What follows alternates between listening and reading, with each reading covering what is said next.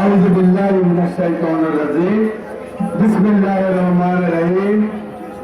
দীর্ঘদিন পর ঐতিহ্যবাহী বিএনপি সূচিকাগার এই চররুমি ইউনিয়নের দিদিরাতের পথসভায়, যা এখন জনসভায় রূপান্তরিত হয়েছে, সম্মানিত সভাপতি, সঞ্চালক এবং আজকে আমাদের প্রধান বক্তা, আপনাদের প্রিয় নেতা, আমাদের বিএনপির সাবেক সভাপতি, সাবেক উপজেলা চেয়ারম্যান জনাব শরাফুদ্দিন আজাদ সৈয়দ উপস্থিত, আমার বিভিন্ন পর্যায়ের উপজেলা, থানা নেতৃবৃন্দ, ইউনিয়ন পর্যায়ের নেতৃবৃন্দ, প্রান্তীয় সংগঠন, বাংলাদেশ জাতীয়তাবাদী ছাত্র দল, যুব দল, স্বেচ্ছাসেবক দল, মহিলা দল, কৃষক দল, শ্রমিক দল, ওলামা দল, অঙ্গ সহযোগী সংগঠনের নেতৃবৃন্দ উপস্থিত, আমার সারোয়ার ভাই, ওয়ারেস ভাই সহ আমি নাম নিলে সময় নেই,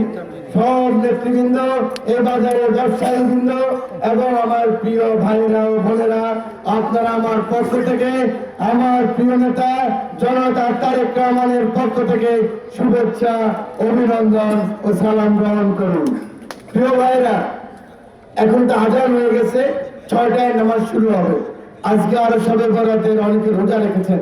আমি শুধু আপনাদেরকে বলতে চাই, আমরা চেয়েছিলাম আমার প্রিয় নেতা জনতা তারেক রহমানের যে আকাঙ্ক্ষা, 31 দফা পরিকল্পনা, যে পরিকল্পনার মাধ্যমে আর স্বপ্নের বাংলাদেশ নয়, বাস্তব বাংলাদেশ, আর আকাঙ্ক্ষার বাংলাদেশ নয়, সমন্বিত বাংলাদেশ, সকলকে নিয়ে বাংলাদেশ, সবার উপরে বাংলাদেশ, মানবিক বাংলাদেশ, গণতান্ত্রিক বাংলাদেশ, হিন্দু, বৌদ্ধ, খ্রিস্টান, মুসলিমের বাংলাদেশ, বাউলের বাংলাদেশ, আলেম উলামার বাংলাদেশ, সকলের বাংলাদেশ গড়ার যে প্রত্যয় নিয়ে, জীবনের ঝুঁকি নিয়ে, পিতাকে হারিয়ে, মাকে হারিয়ে, নিজের একমাত্র ভাই আরাফাত রহমান কোকোকে হারিয়ে, যিনি আজ আমাদের জন্য বাংলাদেশ এবং বিশ্বের চ্যালেঞ্জ গ্রহণ করেছেন, তার জন্য আমি আপনাদের কাছে দোয়া চাচ্ছি আমাদের প্রিয় নেত্রী, যিনি যদি আজকে থাকতেন, আজকে যদি আমাদের মাঝে থাকতেন, দেশ নেত্রী বেগম খালেদা জিয়া, আজকে টেকনাফ থেকে তেতুলিয়া, রূপসা থেকে পাথুরিয়ার সমস্ত মানুষ জেগে উঠেছে, বলছে ধানের শীষের বিজয়, এই বিজয় তোমার। আমরা আপনাদেরকে নতুন এক কমলনগর দেব, নতুন এক রামগতি দেব, যে রামগতিতে 12 তারিখের পর থেকে আমরা যেটাকে বলি ইনক্লুসিভ পলিটিক্স। আপনি আপনার দল করবেন, আপনি আওয়ামী লীগ করেন, আপনি জামাত করেন, আপনি জাসদ করেন, আপনি যেই দলে করেন না কেন, সকলে মিলে আমরা এই রামগতি কমলনগর করব। ভোটের দিন, ভোটের পর দিন যেখানে মারামারি হবে না, পিটাপিটি হবে না, যার ভোট যাকে খুশি আপনি তাকে দিবেন। আমাদের শপথ থাকবে, শহীদের রক্তের সাথে আমরা বেইমানি করব না।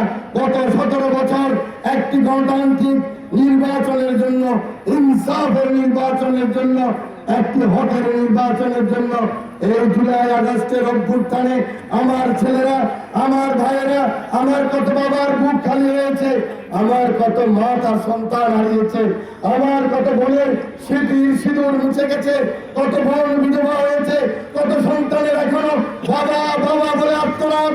সেই আত্মনাদের সাথে আমরা কেউ বেইমানি করবো না। আমার ভোট আমি দেবো, যাকে খুশি তাকে দেবো। আর যখন বুঝতে পেরেছে ওই মতিহার থেকে আরম্ভ করে বয়ারচর পর্যন্ত বিএনপির ঢেউ লেগেছে, দল মত নির্বিশেষে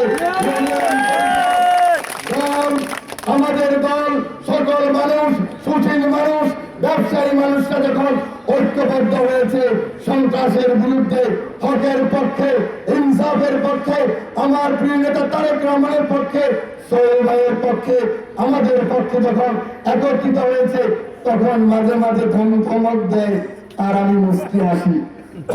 ভাই 28 বছর যুদ্ধ করলাম, যুদ্ধের মধ্যেই তো আমার জন্ম, আমি কি তাকে ভয় করি? ছাড়া, মহান আল্লাহ ছাড়া কারো কাছে আমরা মাথা নত করবো না। আজকে আপনাদেরকে বলতে চাই, আগামী বাংলাদেশ যে স্বপ্নের বাংলাদেশ, 12 তারিখে আমরা ব্যালট কাটবো না, 12 তারিখে আমরা জাল ভোট দেবো না, কাউকে আমরা জাল ভোট দিতে দিব না, কাউকে কেন্দ্র দখল করতে দেব না। আমরা আমাদের ভোট বুঝে নেব। আমার নেতা তারেক রহমান বলেছেন, রোজা রেখে যাব, ইফতার করে ভোট করে নিয়ে আসবো ইনশাআল্লাহ। আশ্বস্ত থাকুন, বিশ্বস্ত থাকুন। আমরা যারা একত্রিত হয়েছি, আমরা একসাথে আমৃত্যু এই ধানের শীষের বিজয়কে অব্যাহত রাখার জন্য হয়তো আমি বেঁচে থাকবো না, হয়তো সোহেল বেঁচে থাকবে না, ওয়ারেস ভাই বেঁচে থাকবে না, সরোয়ার ভাই বেঁচে থাকবে না, আমার মিডিয়া ম্যানেজার বেঁচে থাকবে না, আমাদের ইব্রাহিম কার্ডি বেঁচে থাকবে না, নতুন প্রজন্মের বাজেট বেঁচে থাকবে না, আমার জোয়েল বেঁচে থাকবে না, শিববির হান্নান বেঁচে থাকবে না। কিন্তু আমরা এমন এক দল করে যাব, 100 বছর পরও আমাদের রামগতি কমলনগর যখনই ধানের শীষ আসবে তখনই বিজয় লাভ করবে।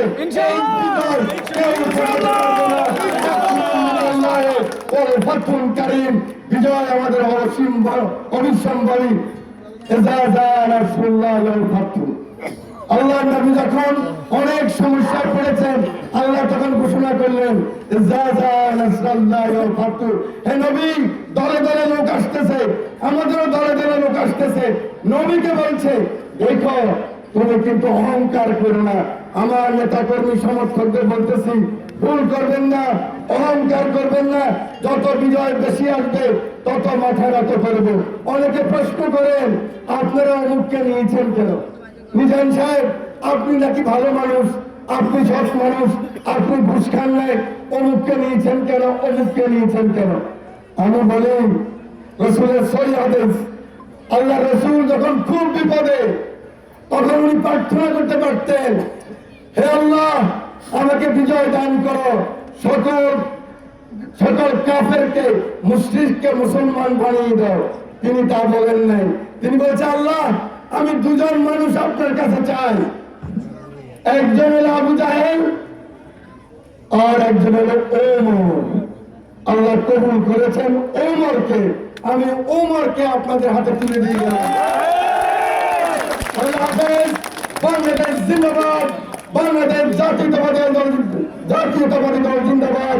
বেগম খালেদা জিয়া অমর, শহীদ প্রেসিডেন্ট জিয়াউর রহমান অমর, আমার প্রিয় নেতা তারেক রহমান জিন্দাবাদ, জিন্দাবাদ, জিন্দাবাদ।